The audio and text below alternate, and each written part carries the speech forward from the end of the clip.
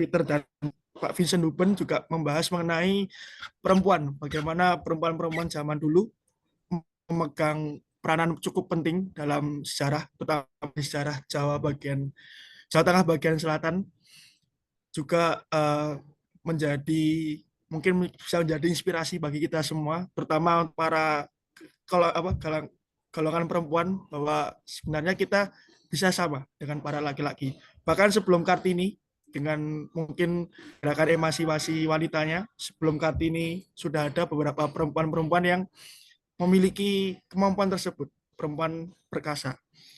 Sebelum memulai diskusi, mungkin saya akan bisa membacakan sedikit CV dari Prof. Peter. Saya izin share screen terlebih dahulu.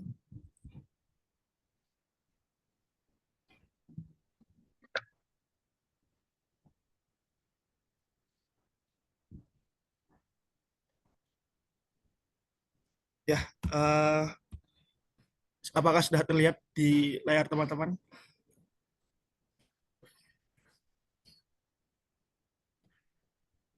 Jadi Pak Peter lahir di Rangon, ya, di Burma pada 30 April 1908. Lalu putra kedua dari orang tua yang telah menjalani kehidupan mereka di Asia. Lalu beliau kembali ke Inggris pada April tahun 1955 dengan mengenyam pendidikan di Inggris. Yang kita tahu, Pak Peter sudah banyak kali ya menulis tulisan, terutama tentang sejarah Jawa. Saya sendiri juga kenal Prof. Peter dari tulisannya mengenai Pangeran Diponegoro. Mungkin teman-teman juga sudah ingin lagi. Lalu banyak sekali penelitian-penelitian beliau yang mungkin kalau saya sebutkan satu persatu akan lama sekali, Prof. Peter. Mungkin nanti teman-teman tidak usah. bisa membaca di akademia, karena Prof. Peter sudah mengunggah di sana. Dan beliau juga tidak hanya fokus di sejarah Indonesia saja, tapi ada juga di Myanmar dan Timur-Timur. Lalu jika ingin menghubungi Prof. Peter, ini ada kontak dari beliau, bisa melalui email atau melalui nomor WhatsApp. Dan banyak sekali teman-teman bisa lihat, nanti juga bisa lihat sendiri satu persatu tulisan dari beliau. Dan pada kali ini kita akan membahas satu tulisan beliau tentang perempuan perkasa yang sebelumnya sudah terbit ya, Prof. Lalu diterjemahkan dari versi bahasa Indonesia dan diterbitkan lagi jadi bahasa Indonesia dan sudah masuki cetakan kelima. Dan yang saya pegang ini merupakan cetakan terbaru. Saya juga sangat suka karena sangat menggambarkan perempuan sekali. Warnanya pink, lalu ada gambar perempuan. Right. Yeah. Sangat bagus sekali.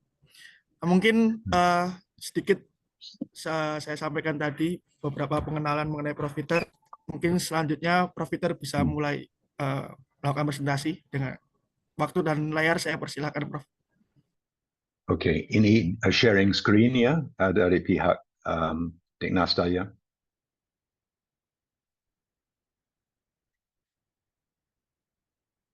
Oke, terima kasih ya. Jadi Sugeng Rawistoyo, terima kasih atas hadir dan ya satu kesempatan yang langka bagi saya untuk sharing ya.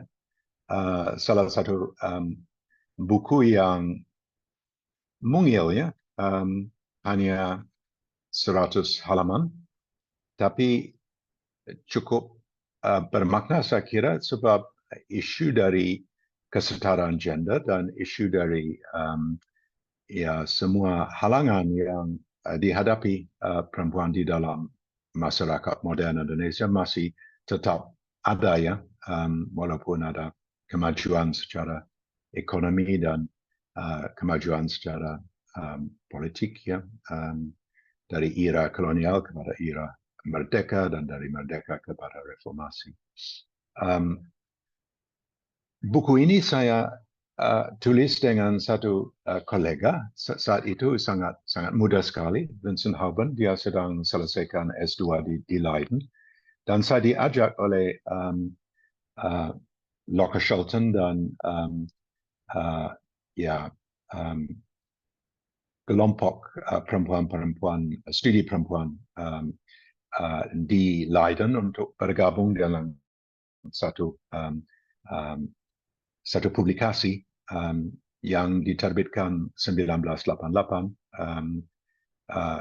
The Frau Indonesia, Perempuan Indonesia, Past and Present Notions, ya, yang dipublikasikan di Leiden.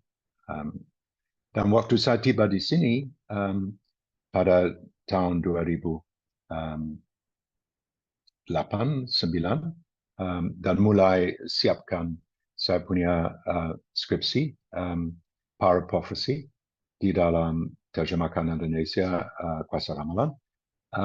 Sudah jelas bahwa ada minat kepada beberapa aspek dari penelitian saya, aspek mengenai hubungan antara masyarakat Jawa dan masyarakat Tionghoa Indonesia dalam isu dari korupsi di dalam silang sejarah Indonesia dari Daniel sampai Reformasi, mengenai Raden Saleh dan lain-lain, ya, selain di Ponorogo, dan perempuan berkasa di Jawa menjadi salah satu kerja sampingan. It's a sort of a fruit of research, ya. Dan saya akan membahas penelitian saya dengan Vincent Hauben di dalam konteks dari areal dari Jawa Tengah Selatan, areal dari Vorstenlande, dan bahan-bahan yang berasal dari arsip dan perpustakaan pertama di Jogja dan di Jakarta dan di Leiden, dan bermuara kepada keraton-keraton dari Jawa Tengah Selatan. Tapi saya yakin kalau malam ini ada 44 peserta, ada banyak orang yang bukan orang Jawa dan bukan tinggal di Pulau Jawa, ya. Jadi ini bisa ada satu pandangan yang jauh lebih luas bermuara kepada penelitian ini.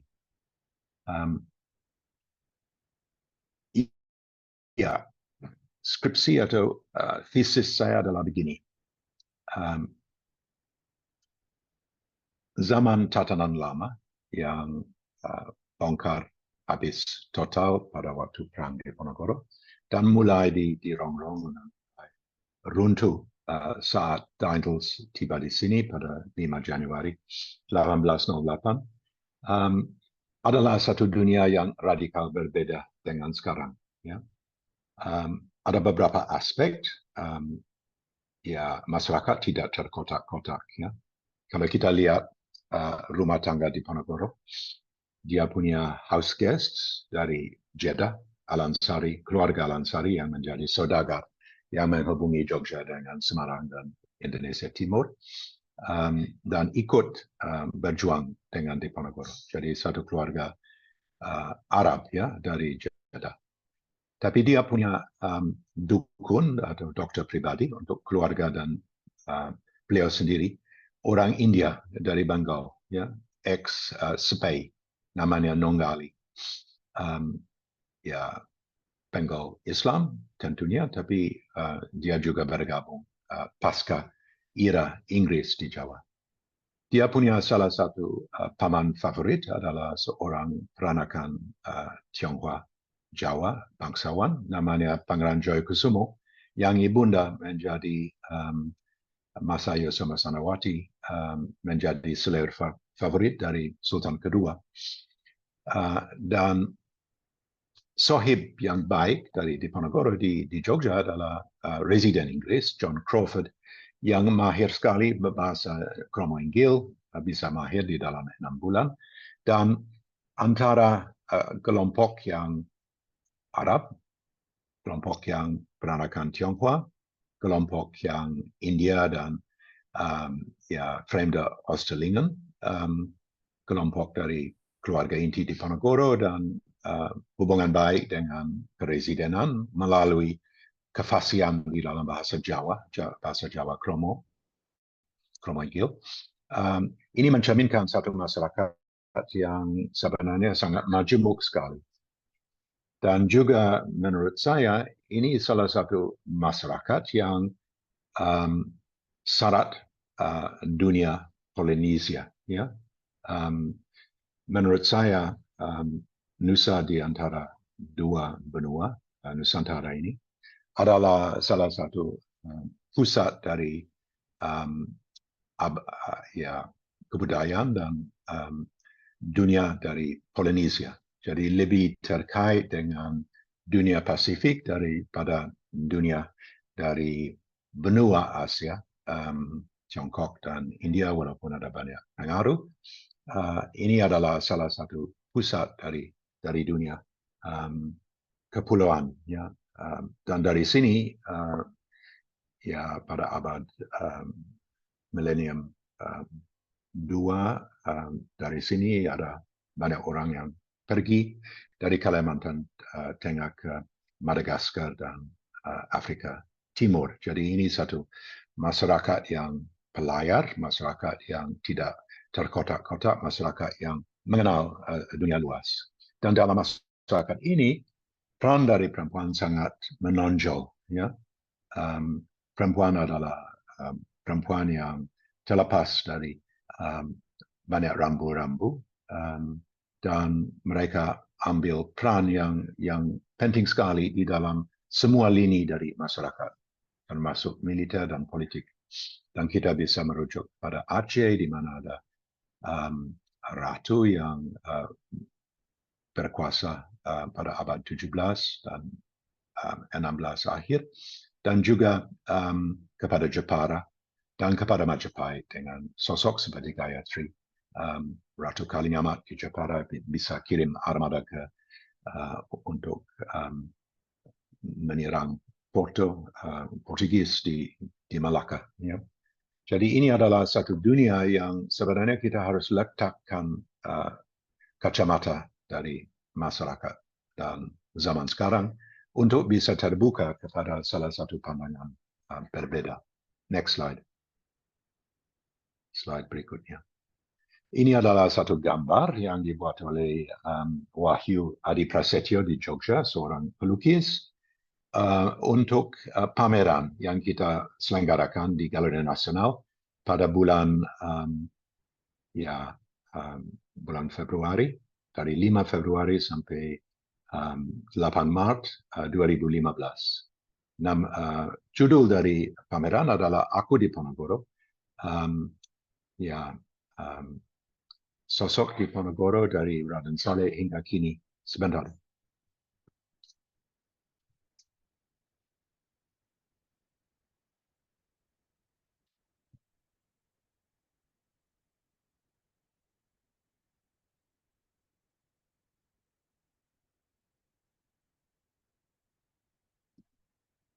Jadi ini adalah salah satu pameran yang mengumpulkan banyak gambar-gambar dari Diponegoro. Dan kita ada satu kompetisi untuk luar, ya, untuk pelukis zaman kini untuk mengirim gambar. Dan ini satu gambar khayalan dari 7 istri Diponegoro. Tidak sekaligus, tapi di dalam hidup Diponegoro punya 7 istri yang sah, ya. Dan ada banyak yang meninggal. Salah satu adalah Raden Ayu Madaretno di zaman perang di Kulon Progo.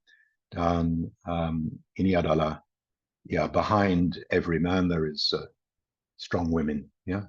Behind di belakang lelaki. Strong women behind every Javanese man. Yeah. Next slide. Dan kita merenungkan di sini nasib dari Raden Ajeng Kartini. Sudah cukup terkenal dengan surat-surat yang dikumpulkan Abendonon, pada waktu itu Direktur Pendidikan, dan dipublikasikan 12 jenis Stofflicht dari yang gelap sampai yang tercerah, sampai yang terang. Tapi di dalam dunia dari Raden Ajeng Kartini ada beberapa nuansa yang menarik. Ya. Satu nuansa yang menarik adalah bahwa mereka anak terdidik, ya, perempuan terdidik, ayah Raden Ayu Sosroningrat, Bupati dari Jepara, kirim ke ILS, ya, European Lager School di Jepara. Jadi mereka memperoleh satu pendidikan Belanda yang cukup bagus, ya. Tapi saat sudah mulai menstruasi pertama dan mulai ada satu istilah pinggitannya.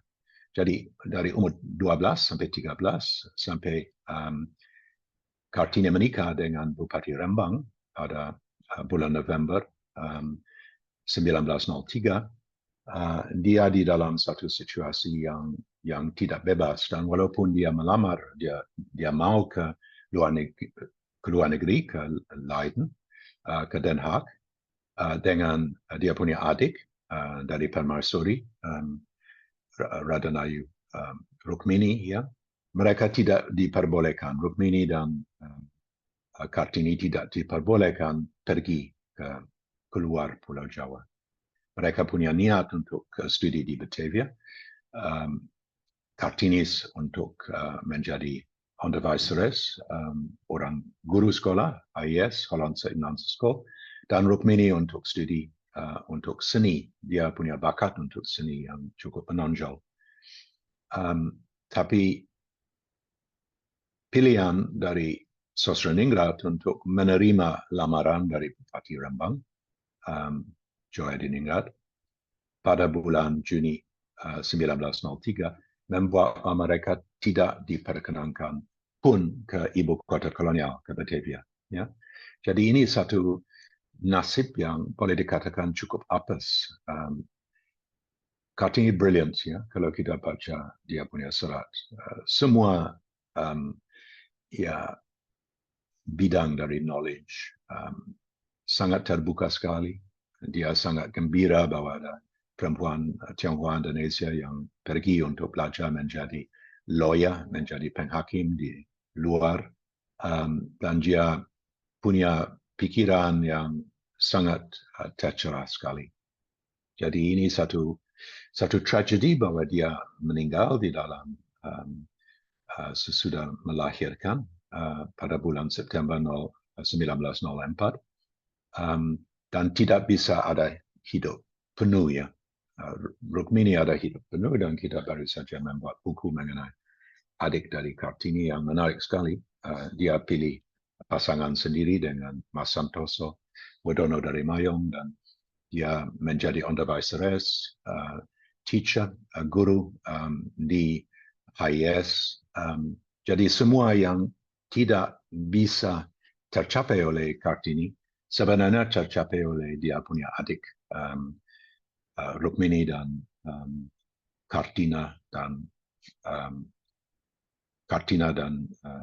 juga adik-adik yang lain, ya. Semua perempuan boleh dikatakan perkasa, tapi hidup di dalam situasi yang transisi, ya. Mereka ada pasangan hidup, mereka modern, mereka terdidik, tapi masih kolot di dalam pikiran mengenai peran dari perempuan dan kapasitas dari perempuan. Rukmini melamar untuk bank desa. Bank desa membutuhkan petugas yang bisa pergi ke desa, dan sebenarnya itu lumrah bagi dia. Setiap hari dia pergi belusukan ke desa, tapi dicegat oleh Bupati baru di Jepara, sebab dia merasa bahwa itu tidak layak bahwa perempuan pergi untuk ke pelosok-pelosok. Ya. Jadi ini adalah sosok dari perempuan terdidik di dalam dunia ya, Hindia Belanda. Ya. Next slide. Dan ada beberapa pandangan. Kita semua baca Edward Said, Orientalism, dan ada pandangan yang boleh dikatakan berdasarkan kacamata Orientalis. Ya. Ada istri kontrak era Hindia Belanda, dan kita lihat di sini di sisi kiri Nyai Tionghoa Indonesia, dan di sisi kanan orang di Betawi yang menjadi istri kontrak di ibu kota kolonial. Ya, jadi ini satu pandangan ya yang khas era kolonial. Next slide.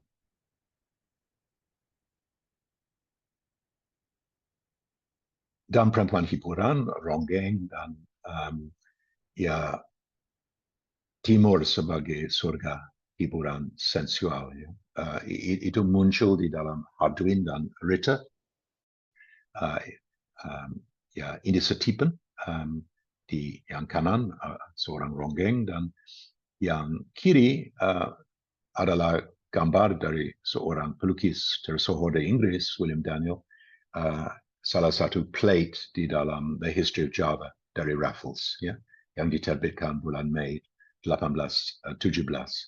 Jadi ini adalah selain istri kontrak, juga ada ini salah satu pandangan Orientalism, ya, Orientalist. Next slide. Dan ini Hans van der Waal, seorang playwright yang pernah membuat banyak drama, banyak senitari. Dia melukiskan Pangeran Negoro-Yudo adalah salah satu kreasi beliau yang pada awal abad 20 dan dia punya nama pena Victor Ido, ya.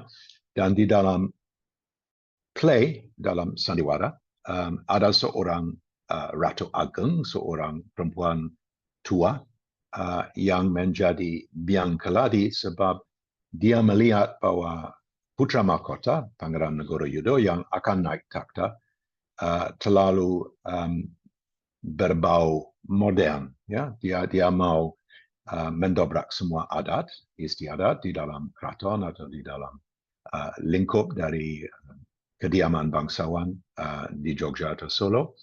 Dan pada akhirnya Ratu Ageng, Eyang Buyut dari Pangeran Negoro-Yudo, meracuni putra mahkota supaya dia tidak bisa naik takhta dengan semua pikiran yang modern, katakan modern. Jadi ini adalah salah satu ya sifat yang kita lihat permaisuri dari Pakubuwono ke-6 dan ibunda PB ke-9, ya, dimunculkan sebagai seorang yang memberantas dan mencegah bahwa ada kemajuan di dalam lingkup dari dunia keraton di Jawa Tengah Selatan. Next slide. Jadi mulai salah satu tsunami yang melanda Pulau Jawa dengan kedatangan Daendels yang notabene seorang male chauvinist, ya, residen dari Jogja, melayangkan surat bahwa dia mau bawa di dalam sulang toast pada resepsi formal di keresidenan istrinya Margareta juga bisa tergabung. Dan Daendels jawab ini nonsense, ya, di dalam dunia umum di public life tidak ada peran untuk perempuan, hanya ada urusan winking, ya. Jadi dia adalah seorang patriarkal, ya, dan menurut saya ada dua biang keladi ada dua yang mencegah bahwa dunia dari perempuan perkasa bisa masih mengalir ke dalam era dari abad 19. Dua yang mencegah adalah Islam yang formal dan patriarki dari dunia kolonial. Di dalam dunia kolonial tidak ada seorang perempuan yang menjadi gubernur jenderal kecuali ada cross-dressing. Tidak ada seorang perempuan yang menjadi kontrolier atau seorang residen atau asisten residen, ya. Jadi ini adalah realitas dan Daendels dunia kolonial sebagai masyarakat yang syarat patriarkal sangat terasa pada zaman Daendels yang mengumumkan bahwa perempuan tidak punya tempat di dalam penghormatan umum, dengan perempuan hanya ada urusan pribadi, ya. Next slide. cendekiawan penerus Steinmetz menurut saya adalah Clifford Geertz dan guru saya di Cornell, Ben Anderson. Ya. Pandangan yang tidak mengindahkan peran perempuan dan menyebar istilah involusi. Ya. Jadi pun Geertz, pun Ben Anderson, menurut saya tidak cukup ada perhatian lain dengan Hildred Geertz yang menulis The Javanese Family, lain dengan Donald Fagg atau dengan yang menulis mengenai pasar, markets di Mojokerto, Pare, Kediri. Tapi bukan, ya ada semacam aliran di dalam akademisi barat yang juga bermuara kepada salah satu pandangan yang boleh dikatakan patriarkal. Ya. Next slide. Dan ini adalah dan bagaimana dengan pengaruh agama Islam terhadap masyarakat Jawa pada akhir abad 20. Ini adalah gambar di Ponorogo untuk Kongres Muhammadiyah ke-20 di Jogja pada 1931. Sedang menunjukkan jalan ke Masjid Agung dengan Merapi di belakang. Dan dunia dari Islam modern. Ya. Apakah ada ruang di dalam dunia ini untuk perempuan yang punya peran yang menonjol? Mungkin Minangkabau lain, ada Putri Dinia, sekolah Putri Dinia, dan adalah salah satu di Sumatera Barat, mulai ada sekolah untuk perempuan yang dipelopori di dunia Padang dan Bukit Tinggi pada 1916. Ya. Tapi pada umumnya cukup alot jalan untuk memperoleh pendidikan yang setara dengan lelaki untuk perempuan di era kolonial.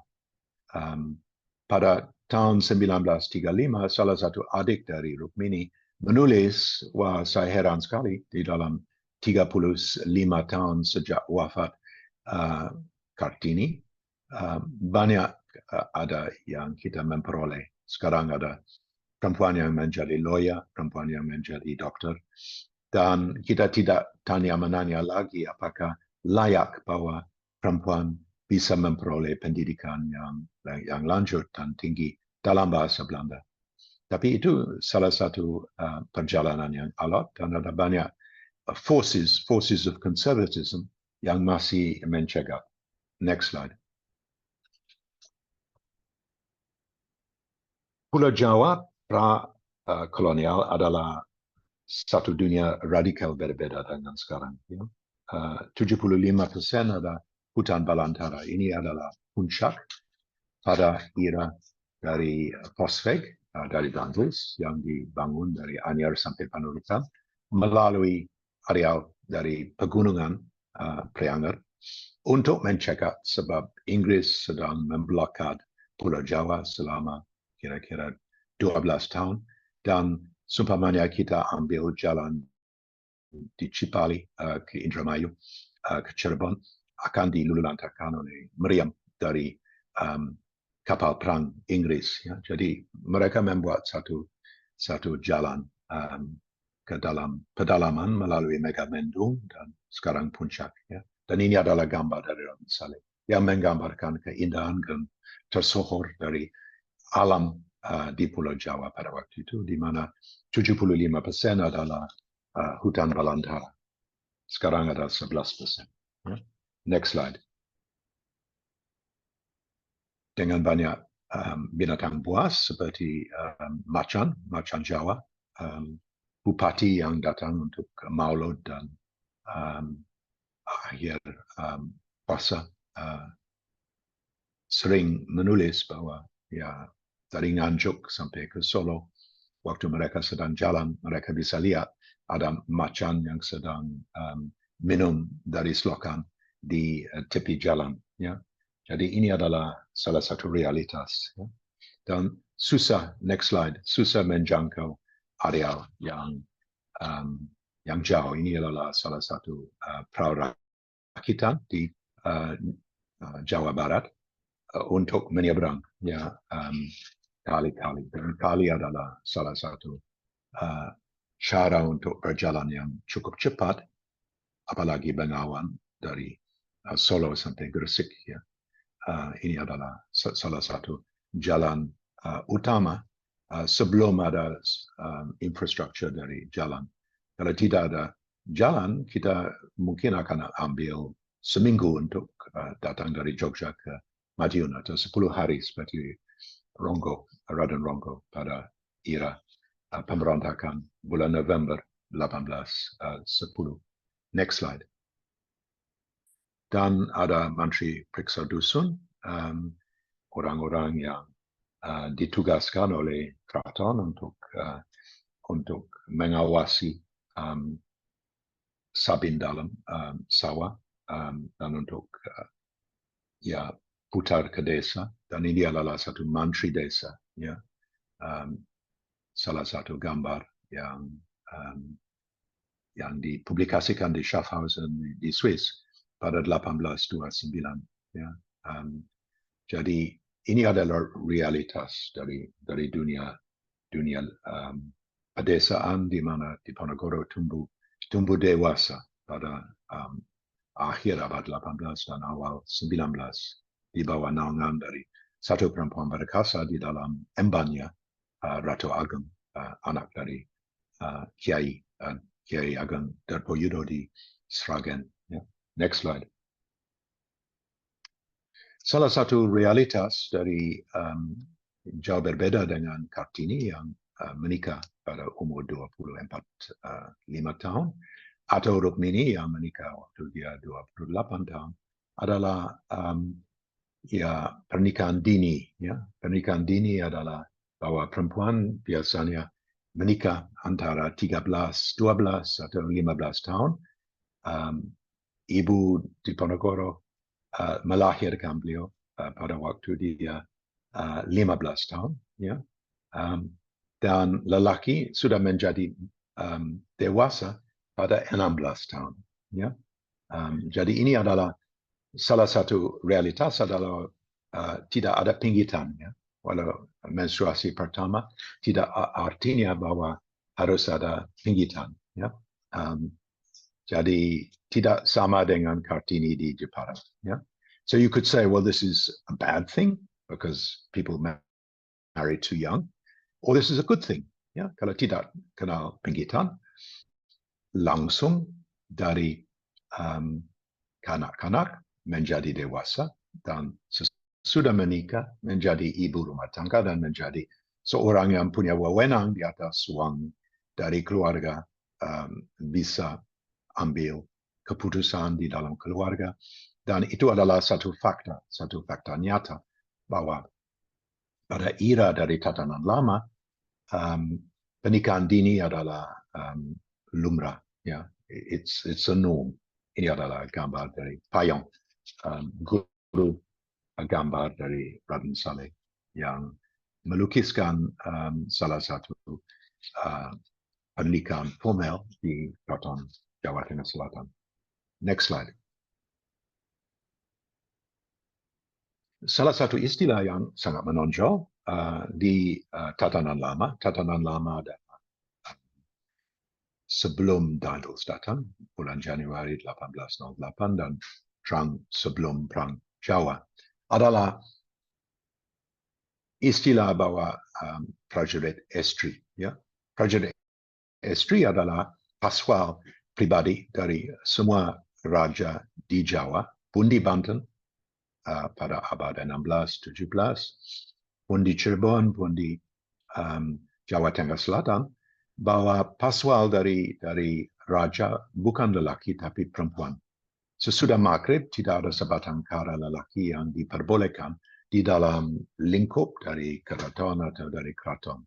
Semua adalah perempuan. Ya.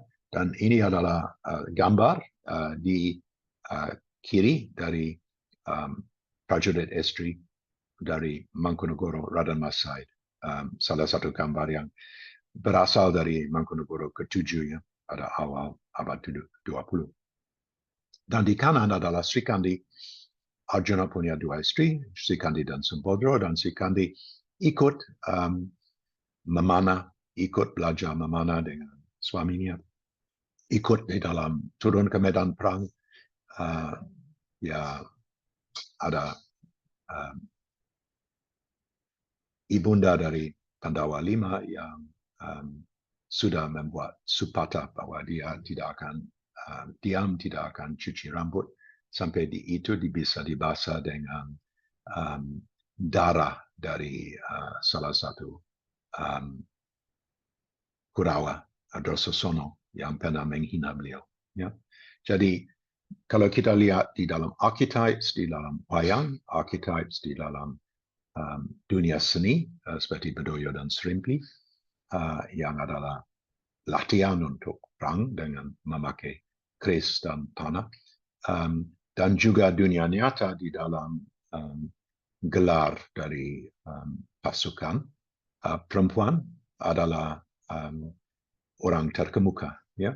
Diponegoro punya beberapa panglima yang perempuan, Nyi Ageng Serang dan Raden Ayu Yudhoyono. Eyang Buyut yang menjadi Ratu Ageng, yang anak dari Ki Ageng Diprayoto, yang menjadi yang mewakili ibu di Tegarejo, adalah seorang bekas komandan dari prajurit istri dari Mangkubumi, yang menjadi permaisuri dari Mangkubumi, menjadi ibu negara dari Jogja. Mangkubumi bapak negara, beliau ibu negara. Ya. Tapi latar belakang adalah salah satu latar belakang militer. Ya. Dan ada cross-dressing. Waktu perang, prajuritan yang dikenakan seragam militer juga dipakai oleh wanita, oleh perempuan. Dan ada mayat-mayat ditemukan di medan perang di luar Jogja pada bulan-bulan awal yang pakai prajuritan. Belakang mereka pakai jubah dan juga mencukur rambut dengan seperti paras Nabi sebagai salah satu tanda bahwa mereka ikut di dalam perang Sapil. Ya. Jadi ini adalah satu istilah yang lenyap, total lenyap sesudah perang Diponegoro. Sudah dirongrong oleh Dantels dan Raffles sebab mereka tidak memperbolehkan raja lagi punya instansi militer dan punya tentara pribadi. Tapi itu lenyap sesudah perang Diponegoro. Next slide. Dengan pandangan yang kolonial. Ya. Ini adalah Sri Kandi yang sedang belajar memanah dari Arjuna. Dan di kanan adalah Bedoyo pada era Hamengkubuwono ke-7 yang bertakhta antara awal dari 1870-an sampai 1921, yang semua adalah lelaki, ya, pra-pubertas, ya, yang pakaian perempuan. So there's cross-dressing. Ya. Ada perempuan yang mengenakan prajuritan, ada lelaki yang pakai pakaian penari Bedoyo dan Serimpi. Ini adalah di Keraton Jogja. Next slide. Pada era, ya. Dan kita bisa menyaksikan di dalam pertempuran seperti Inggris menaklukkan Keraton Jogja pada Fajar Sabtu 20 Juni 1812 bahwa kita hanya kehilangan satu perwira, ya, perwira dari Resimen 14 Buckinghamshire, namanya Lieutenant Hector Maclean, dan perwira satu-satu ini dibunuh bukan oleh lelaki tapi oleh perempuan, ya, seorang ex-prajurit istri yang dia mau merampas dari keraton dan dia potong leher dari sang perwira yang nas itu, Letnan 1, yang membutuhkan 5 hari sebelum meninggal. Ya. Jadi ini bukan untuk pamer, ya, Paswal bukan untuk pamer. Dan Dantels juga bisa menyaksikan di alun-alun selatan waktu mereka naik kuda, prajurit istri sangat terengginas, sangat mahir naik kuda, sangat mahir pakai bedil, senapan kavaleri dan juga tombak dan keris. Ya. Jadi ini bukan pameran, ini satu sesungguh. Ya. Next slide. Jadi ini adalah gambar dari pelukis Bandung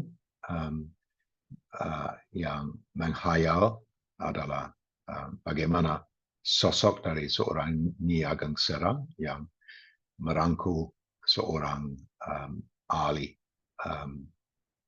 meditasi dan ahli dalam kedukunan, tapi juga seorang perempuan yang punya siasat perang, ya, waktu dia pada malam dari 2 sampai 3 September 1825, 6 minggu sesudah pecah perang Diponegoro pada 20 Juli 1825, tahun depan adalah 200 tahun dari pecah perang Diponegoro.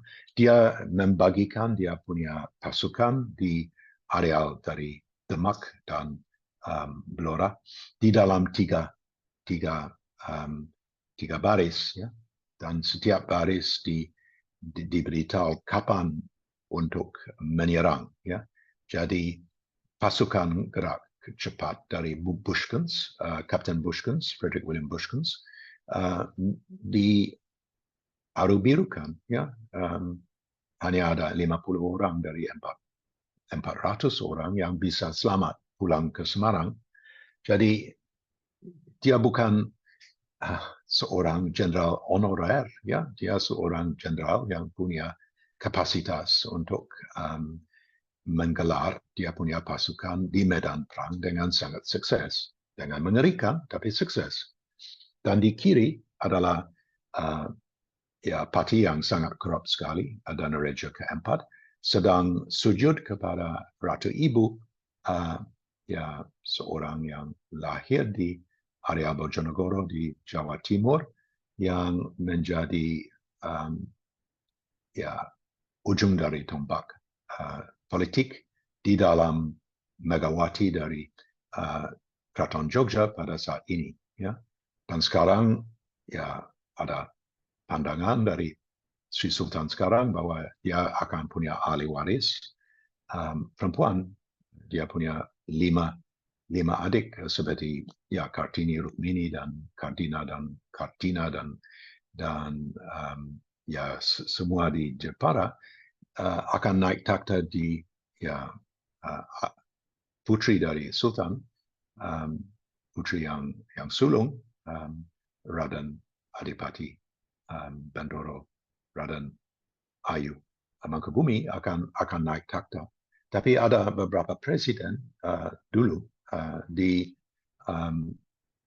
sejarah Jogja, dan salah satu kita bisa baca di dalam buku Kedung Kebo di sini dengan Ratu Ibu yang menjadi seorang nomor wahid di dalam keraton, di dalam dunia politik keraton. Next slide. Dan ini adalah Diponegoro Muda, ini adalah Tegarejo di mana dia dibesarkan, di bawah Eyang Buyutnya, dan tidak ada sebatang kara lelaki di dalam masa muda Diponegoro. Semua adalah perempuan. Ya. Maka dia punya sosok feminin yang sangat menonjol, bahwa dia bisa membaca karakter dari ilmu firasat, ya. Sesuatu yang khas. Ya. Jadi ini adalah dunia di mana perempuan tidak untuk pamer, perempuan ada peran di dalam dunia politik dan militer, dan peran di dunia dagang. Ya. Ini adalah Tegarejo, kira-kira 2 kilometer barat laut dari Jogja, di jalan menuju ke Sleman dan Magelang. Dulu Tegal menjadi Sabin, menjadi sawah, dan 50 ton beras setiap tahun dihasilkan, dan tidak hanya untuk konsumsi untuk kediaman Tegarejo, tapi untuk didadangkan di Semarang dan Indonesia Timur. Asal-usul dari Ratu Ageng Eyang Buyut Diponegoro adalah dari Bima, ya. Ibunda asal dari Bima, ya. Ibunda dari Ratu Ageng. Jadi ini adalah salah satu realitas bahwa dunia komersial, dunia dagang, peran dari perempuan dari dunia dagang ini sangat menonjol, ya. Dan waktu Inggris mengaruh birukan Keraton Jogja dan cari kekayaan. Mereka cari kekayaan bukan dari lelaki tapi dari perempuan, ya, yang mendagang antara Kota Gede dan Jogja, Semarang dan Jogja, dan juga di luar Pulau Jawa sampai jauh-jauh ke Indonesia Timur. Next slide.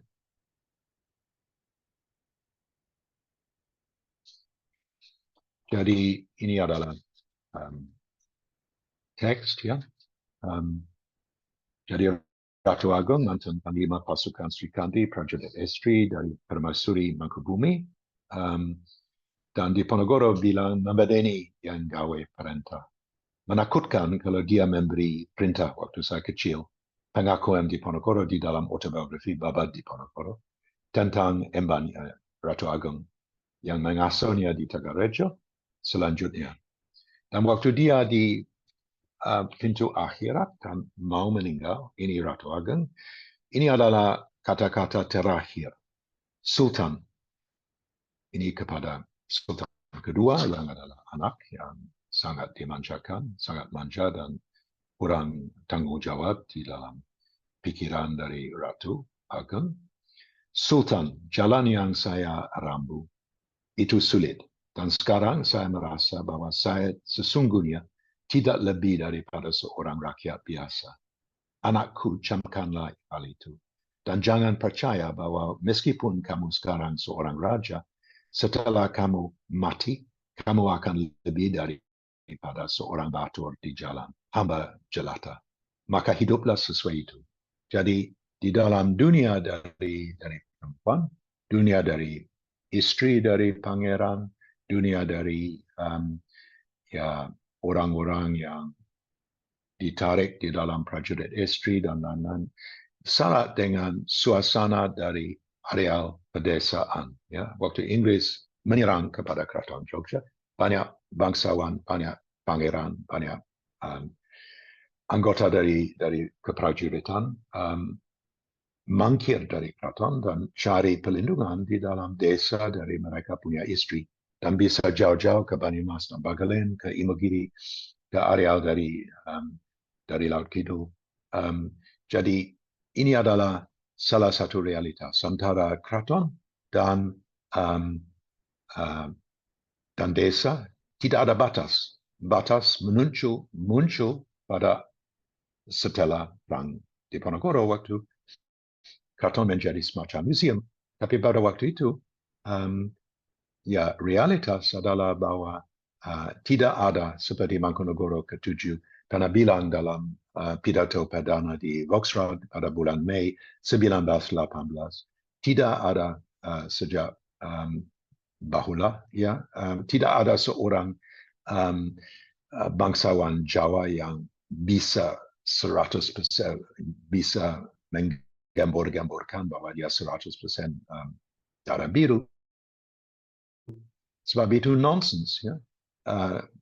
Ibu dari Diponegoro, ibu sesungguhnya adalah dari desa Sukoharjo, anak desa, dan Diponegoro sendiri tidak harus belajar dari Jokowi belusukan. Sebab itu bau dengan wong cilik adalah salah satu default setting dia di Tagarejo, dan itu arus dari hubungan antara keraton dan desa, ya, arteri dan penghubung adalah perempuan yang berasal dari desa, yang menjadi anggota dari keluarga inti dan menghubungkan keraton dengan dunia dari rakyat kebanyakan. Jadi tidak ada istilah dari salah satu menara gading. Next slide. Dan selain politik, selain militer, selain dunia dagang dan dunia komersial, perempuan juga punya peran di dalam dunia spiritual. Ya.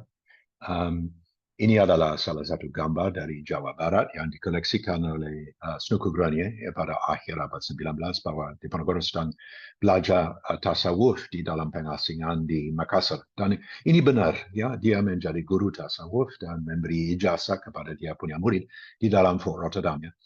Tapi yang mengajarkan dia, yang gemblengkan dia di dalam tarakat Kshatriya adalah Eyang Buyutnya, Ratu Agung, yang menjadi ya ujung pentolan dari Tarekat Syatariah dengan dia punya 4 mursyid di dunia Jogja, ya, syarat dengan ya Islam Sufi, sehingga Pakubuwono keempat, putri yang bungsu dinamakan Radhanayu Syatariah, ya. Jadi ini adalah salah satu realitas bahwa yang menjadi orang terkemuka di dalam dunia agamis dan spiritual seringkali adalah perempuan. Dan waktu Ratu Ageng wafat pada 16 Oktober 1803, 1000 hari di Lembah Arafat di Haramain, semua sedekah untuk memperingatkan 1000 hari wafat dari Ratu Ageng di dalam tangan perempuan keraton yang mengurus. Mereka kumpulkan dana, mereka membeli onta dari Jeddah sampai ke Mekah, dan mereka memberi ya sangon untuk ya orang keraton yang menjadi kloter yang dikirim dari Jogja pada tahun 1805 ke Haramain, ya, di bawah naungan dari Haji Badruddin. Jadi ini adalah salah satu realitas bahwa di dalam tulisan, dalam dunia dari tasawuf, perempuan juga punya peran yang penting. Next slide. Dan ini mencerminkan susah dibaca, tapi ada nila di areal Jogja, ada kapas dan rami di areal Banyumas dan Bagelen, ada tembakau di areal Kedu, dan ada gula di areal Ampel dan Boyolali. Ini mencerminkan bahwa Pulau Jawa pada waktu itu bukan otaki. Ada banyak yang diekspor ke luar negeri, diekspor ke Maluku, ada beras yang diekspor, tapi juga ada tekstil. Ya, ini salah satu pusat tekstil. Satu perwira dari Raffles pergi dari kali Cincin Guling atau kali Kroya sampai ke Sentolo, dan dia bilang dia tidak pernah di atas kuda yang membuat ya survey. Dia he was never out of earshot of a loom. Ya, dia di setiap detik, di setiap desa, di setiap detik dari perjalanan dia bisa mendengarkan di dalam rumah pribadi orang yang sedang merajut tekstil, ya, dan mereka punya alat merajut sendiri, ya. Dan ini semua didobrak dan semua dihancurkan oleh Inggris, ya, yang kirim contoh dari parang rusak dan contoh dari kembang Cina dan contoh dari gambar-gambar dari cap dari batik, dan dikirim ke Paisley dan Leeds dan Manchester untuk dibuat tekstil yang diimporkan kembali ke Pulau Jawa. Tapi waktu tatanan lama ada satu industri, local industry sendiri, dan semua seragam dari Dantles sebenarnya dibuat dari tekstil yang dibuat di Jawa. Yeah, so it's not an autarky. Next slide. Lantas ada Diponegoro ditangkap di Magelang pada hari Minggu 28 Maret 1830, hari Idul Fitri dan juga hari Minggu bagi orang Kristen. Salah satu hari yang suci, tapi juga dimanfaatkan oleh Belanda untuk membuat pengkhianat, ya. Dan sesudah ini salah satu dunia lenyap, ya, mulai lenyap. Hindia Belanda betul-betul tidak ada tanding lagi, ya. Dan ini adalah salah satu turning point, ya. Turning point yang seumpamanya kita adalah anggota NU, Nahdlatul Ulama, dari penangkapan dari Laskar Diponegoro dan runtuhnya ya Perang Jawa, mereka bedol desa dan pergi ke areal dari Jawa Timur dengan membawa seperti turba turun ke bawah di dalam mendirikan masjid dan masjid Tiban dan pesantren seperti Takeran di Magetan yang masih membawa inti dari pemberontakan dan dari arus dari Perang Jawa. Dan ini menjadi wadah 100 tahun sesudah mulai Perang Diponegoro, NU didirikan di Jombang ya oleh Kiai Hashim Asy'ari. Jadi ada kaitan erat sekali antara NU dan Perang Diponegoro yang sebenarnya harus ada semacam kuasa ramalan baru yang mengisahkan suasana dan apa yang terjadi antara 1830 dan 1926 waktu NU didirikan. Next slide. Ini adalah pandangan terhadap Keraton Jogja. Semua dibuat dari kayu pada awalnya, seperti keraton di alas. Ini ada alun-alun utara, lor, dari salah satu murid dari Johannes Rak yang ditugaskan untuk melukiskan Keraton Jogja sesudah Mangkubumi mendirikan dengan 2 waringin kurung di alun-alun utara dan Sittinggill yang kita bisa lihat dengan loteng yang sangat panjang sekali di belakang. Ya. Next slide. Dan ini adalah salah satu, the last gasp of the old order. Ada pemberontakan pada 1883 dari Ratu Keraton yang membela hak dari dia punya anak beliau dengan Hamengkubuwono kelima, Raden Mas Muhammad Pangeran Surengarlogo, yang dia mau mencalonkan menjadi sultan, tapi dia walaupun masih sudah usia 55, dia menyeberang di atas kuda pada musim hujan di Kali Krasak untuk mendukung satu pemberontakan di Kedu Selatan, ya, menghadap Hamengkubuwono ke-7. Jadi perempuan berkasa Ratu Kencono, istri dari Hamengkubuwono ke-6, dan Ratu Kedaton, istri dari Hamengkubuwono ke-5, masih punya selera, masih punya jiwa, roh dan jiwa dari perempuan berkasa dari abad 18. Ya. Jadi ini sudah dilukiskan oleh Ann Kumar di dalam satu artikel yang menarik sekali. Born Leaders in Change Times. Pemimpin yang lahir sebagai pemimpin, tapi dalam zaman yang radikal berbeda. Tidak lagi tatanan lama, tapi tatanan kolonial, dan di dalam hitungan hari pemberontakan ini bisa diberantas oleh Belanda. Next slide. Dan salah satu realitas adalah ini adalah Pakubuwono ke-10 dengan satu kunjungan dari Muang Thai, Chulalongkorn. Tapi dari dunia kolonial menjadi salah satu realitas, dan sudah hilang. Kita masih ingat dari Hans van der Waal dan Pangeran Negoroyudo, hilang peran dari perempuan berkasa sebagai emban dan sebagai pengasuh. Sekarang kebanyakan dari bangsawan seperti Sultan Henk itu Hamengkubuwono ke-9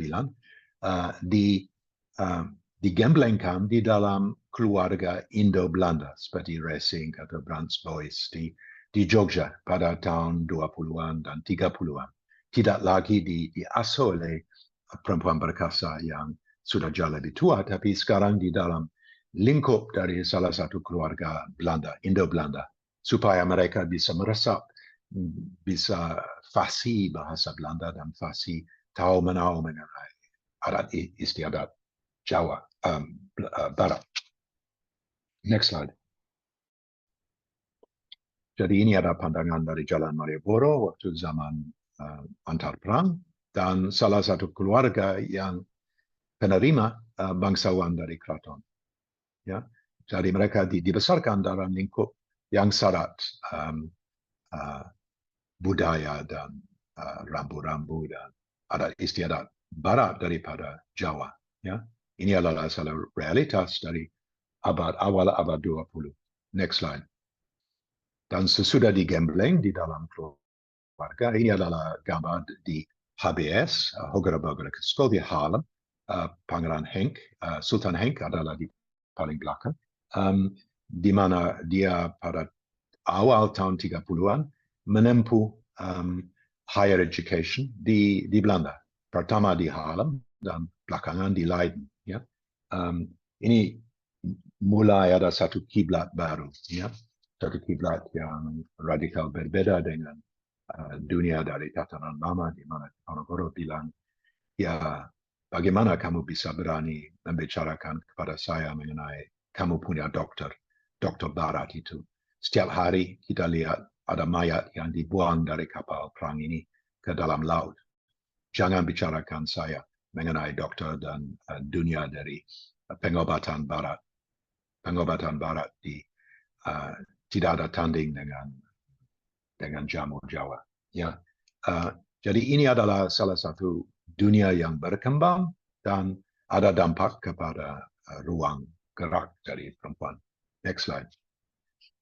Ini adalah eksibisi di Surabaya. Jadi semacam tontonan sekarang, ya, ada merajut dan merajut benang. Salah satu kiosk yang ada di Surabaya, di Colonial Exhibisi di Surabaya 1905. Ya. Next slide. Dan ini adalah Mangkurat ketiga sedang membunuh dia punya istri yang tidak setia. Ya, keganasan dari dunia, dari tatanan lama. Next slide. Ini adalah makam dari Kusuma Patahhati, permaisuri dari Raden Mas Said di Jawa Tengah, di area dari Gunung Wijil, Jawa Timur. Makam istri Raden Mas Said, Raden Ayu Kusuma Patahhati, lahir dari seperti putri seorang kiai 1732, wafat 1787 di Gunung Wijil. Ya. Dia mendampingi suami di dalam semua peperangan, betul-betul seorang yang setara dengan Satria Muda Raden Mas Said itu. Next slide. Dan ini adalah dampak dari Jepang, ya, barisan Sri Kandi yang bisa mulai ada kesempatan untuk bisa melatih perang lagi dan turun ke medan perang waktu revolusi Indonesia. Belum ada jenderal perempuan seperti di tatanan lama, tapi perang dari seorang Jo Paramita Abdurrahman yang menjadi penghubung antara pemerintah Jogja, Republik di Jogja dan Tamalaka di Jawa Timur menjadi realitas dari revolusi Indonesia. Oke, next slide. Matur nuwun ngantos kepanggih malih. Semoga ada hikmah dan manfaat. Nanti ada kesempatan untuk bicara. Matur nuwun Prof. Peter atas penjelasannya, sangat detail sekali. Mungkin teman-teman tadi menyimak dengan baik dan tentunya pasti teman-teman juga ada banyak pertanyaan. Di kolom chat juga udah ada banyak. Mungkin karena waktu terbatas, mungkin saya juga akan membaca dari komentar beberapa pertanyaan dan mungkin teman-teman yang ingin bertanya juga bisa raise hand. Silahkan.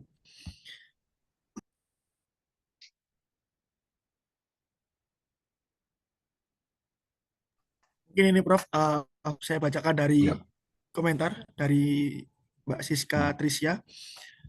Pertanyaannya, adakah nilai atau pelajaran yang ditinggalkan perempuan-perempuan perkasa tersebut yang bisa kita teladani atau syukuri hari ini, selain dari Kartini?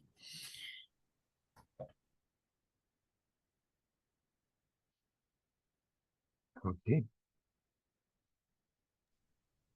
Ya, saya kira menurut saya itu Kartini ya salah satu figur yang sangat menarik sekali dan seorang cendekiawan, seorang yang sebenarnya layak dihargai dan layak dihargai sebab dia seorang humanis, ya. Hanya ada ningrat budi, bukan ada ningrat darah biru, ya.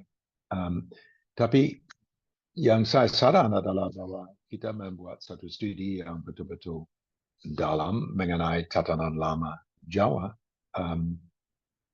ambil babad yang ditulis oleh perempuan, studi dengan seksama peran dari perempuan di dalam masyarakat luas, peran dari perempuan di dalam masyarakat keraton, dan juga di luar Pulau Jawa, matriarki yang sekarang terdapat terbatas di Minangkabau, sebenarnya menurut saya adalah default setting dari dunia Polinesia di tatanan lama. Jadi saya saran bahwa ya Gayatri dan Kalinyamat dan Radhanayu Dirgakusumo dan Nyi Ageng Serang dan lain-lain ditelusuri di dalam arsip, ya, membuat salah satu studi yang ambil seperti Mia Bustam, aku dan Sujoyono, yang mengambil sosok perempuan yang punya salah satu pendirian sendiri, salah satu pandangan yang luas sendiri, dan ambil sebagai contoh bukan hanya Kartini, seperti kita ambil Rukmini. Rukmini sudah sama sekali tidak diketahui bahwa ya adalah adik Kartini yang punya jasa realizing the dream, ya. Tapi ini adalah satu realitas, ya.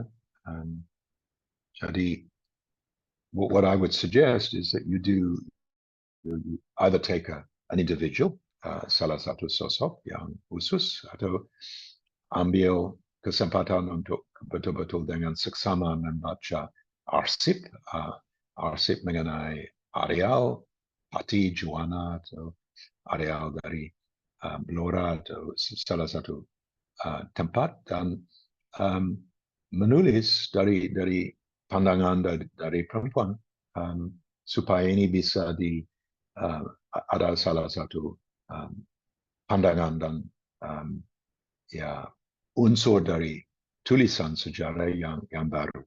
Jadi ada sumbangan, bukan hanya Kartini doang. Oke, baik. Apakah Mbak Siska feedback?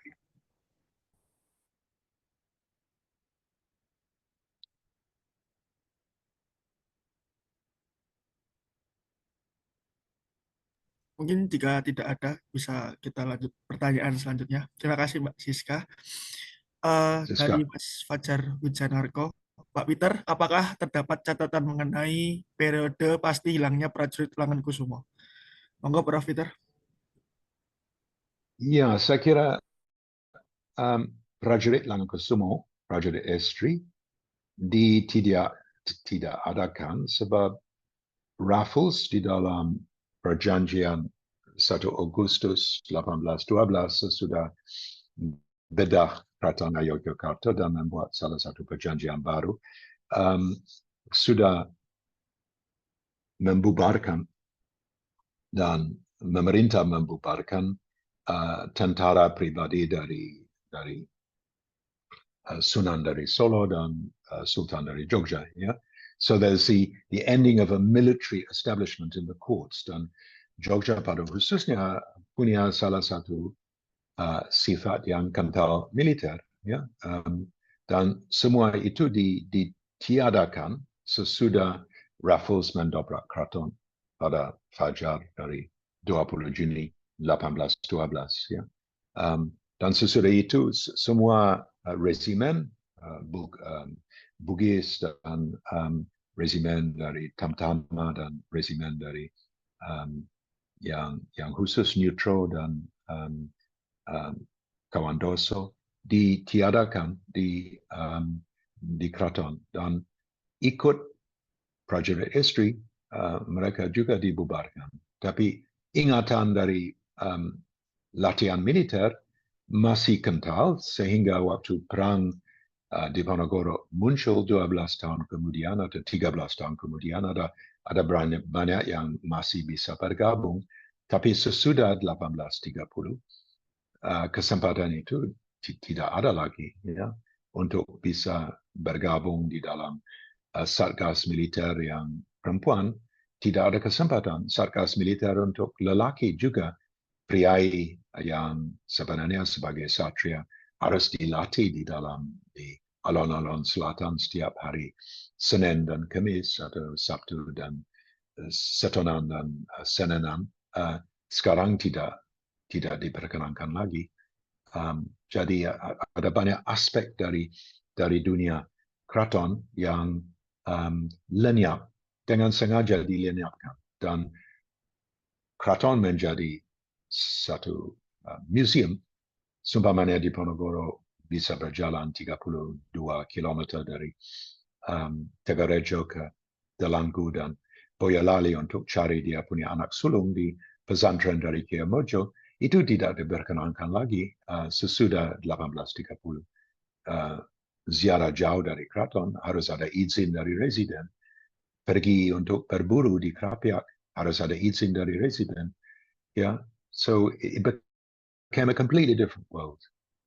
Before the Java War, banyak orang yang lelono seperti di dalam surat Centini, banyak orang yang ada satria lelono. Ya, istilah satria lelono tidak diperkenankan lagi sesudah perang di Diponegoro. Dan itu termasuk perempuan. Baik, karena waktunya terbatas dan pertanyaannya banyak, mungkin nanti feedbacknya bisa langsung menghubungi Prof. Peter, bisa lewat nomor yang ada atau dari email. Lalu saya akan membacakan lagi Prof. Peter karena pertanyaan cukup banyak, antusias dari teman-teman juga cukup luar biasa. Selanjutnya dari SR Selamat, izin bertanya Pak Peter, sejauh mana pengaruh perempuan terhadap perjuangan Diponegoro, baik dalam bagian perjuangannya ataupun apakah ada pengaruh perempuan dalam kegagalan pertempuran atau perang Diponegoro? Terima kasih. Monggo, Prof. Ya, saya sudah menyebutkan Nia Ageng Serang.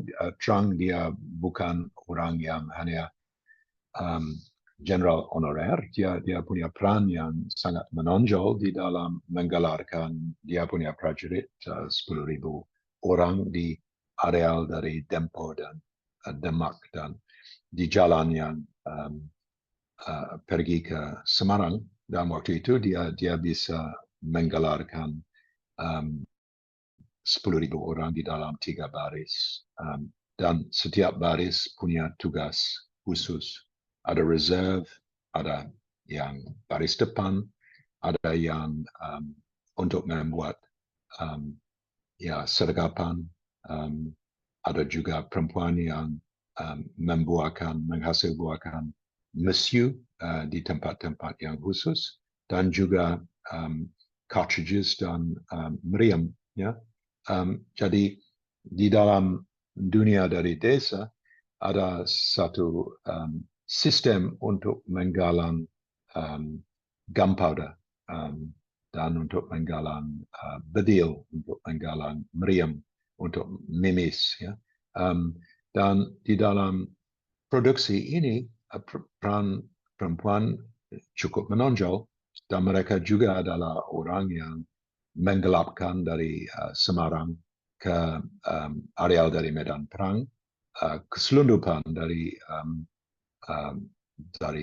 armaments, ya, dari bedil dan mesiu yang di dalam paket dari ikan asing, supaya anjing pelacak atau Belanda tidak bisa mencium ada mesiu yang sedang ditransportasi. Jadi perempuan menjadi penghubung, menjadi bagian dari logistik, bagian dari pasukan, dan membuat bagian dari ahli siasat. Kalau Radana Yudokusumo, istri dari Bupati Grobogan, Bupati dari Purwodadi, dekat dengan Madiun, dia punya suami dia adalah anak dari Sultan Hamengkubuwono ke-1, menikah dengan Bupati Jogja untuk areal dari Montenegoro Timur, tapi dia ambil peran seperti lelaki sebab itu watak beliau sendiri, dan dia muncul sebagai salah satu panglima yang melapori dan menjadi ujung tombak dari serangan terhadap bandar tol Tionghoa di areal Ngawi. Dan kita bisa baca itu di laporan dari FG Valk, Residen Jogja, bahwa di dalam tonel gambar dan ya pandangan dari memory dari perang yang kita baru saja menempuh terhadap Diponegoro, peran dari perempuan perkasa sangat menonjol. Itu dalam kaitan dengan apakah layak bahwa istri dari orang yang dikirim ke pengasingan bisa bergabung dengan suami lagi, ya, seperti istri dari Kiai Mojo yang sudah dipilih oleh Diponegoro, seorang Bali yang menjadi penghubung antara pasukan Diponegoro dan Bali Buleleng supaya ada banyak pasukan dari Bali yang bergabung. Jadi ini adalah salah satu pandangan dari peran dari perempuan. Mungkin bisa ambil apa yang saya tulis, bisa ambil penelitian sendiri, bisa mewawancarai, dan bisa membuat satu buku mengenai peran perempuan di dalam di bingkai dalam perang Diponegoro. Itu there's lots of information, lots of stuff you can say about that.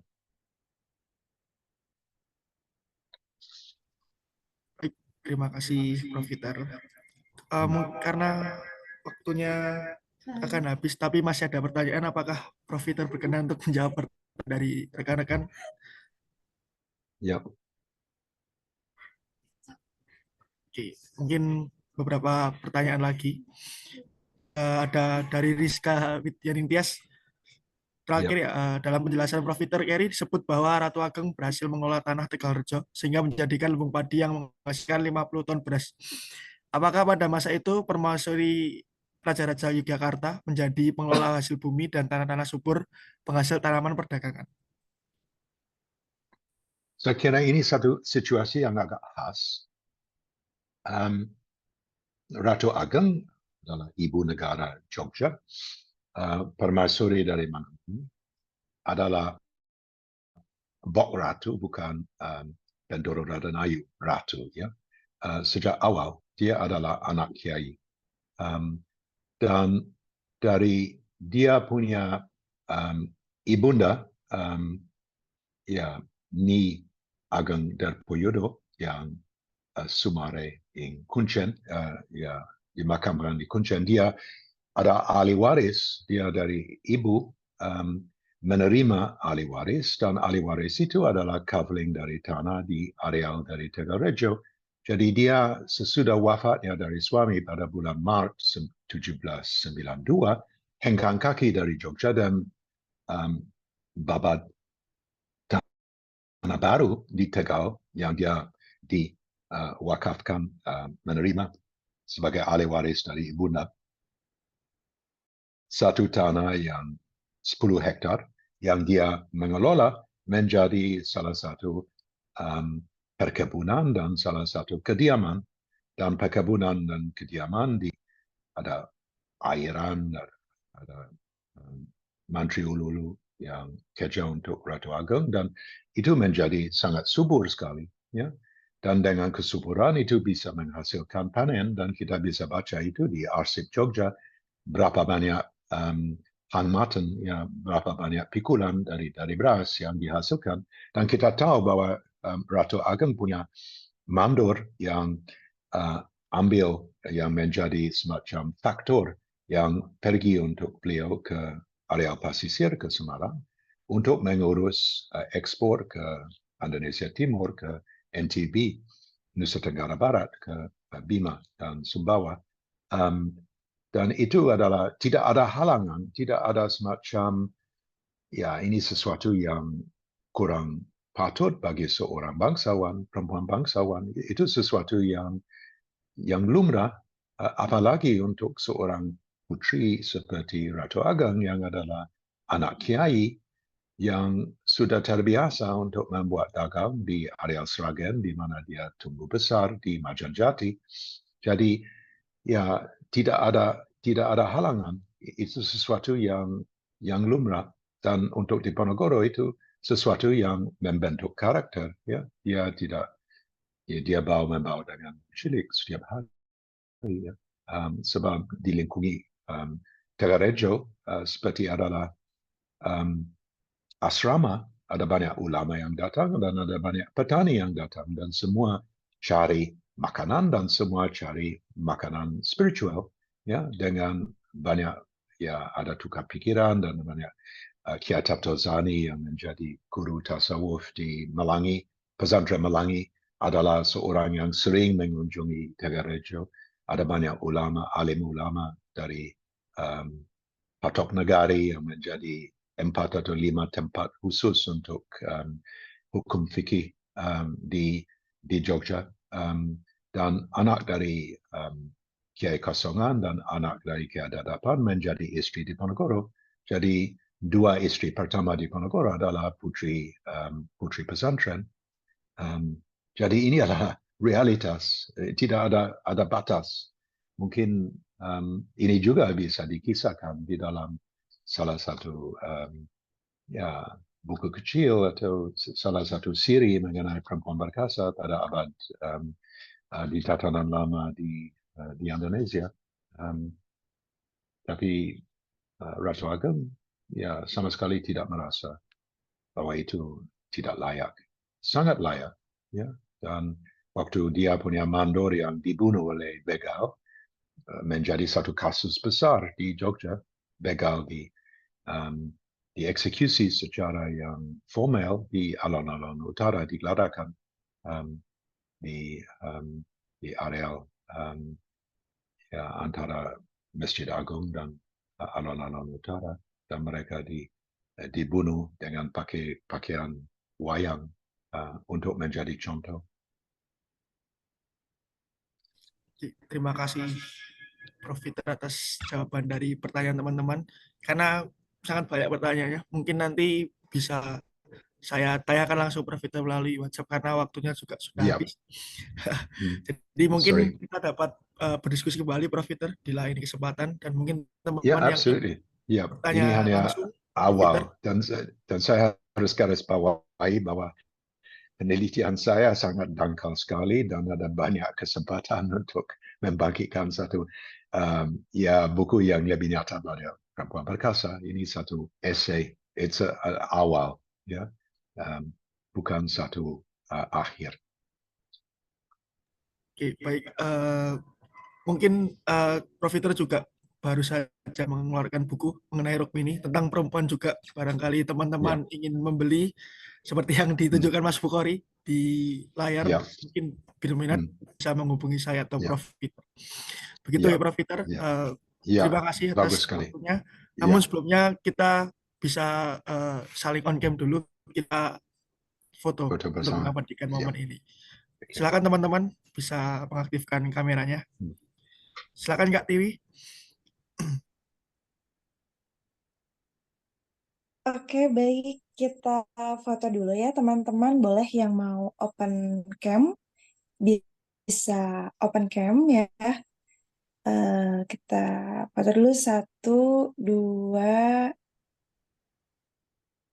3. Oke, kita ke slide berikutnya.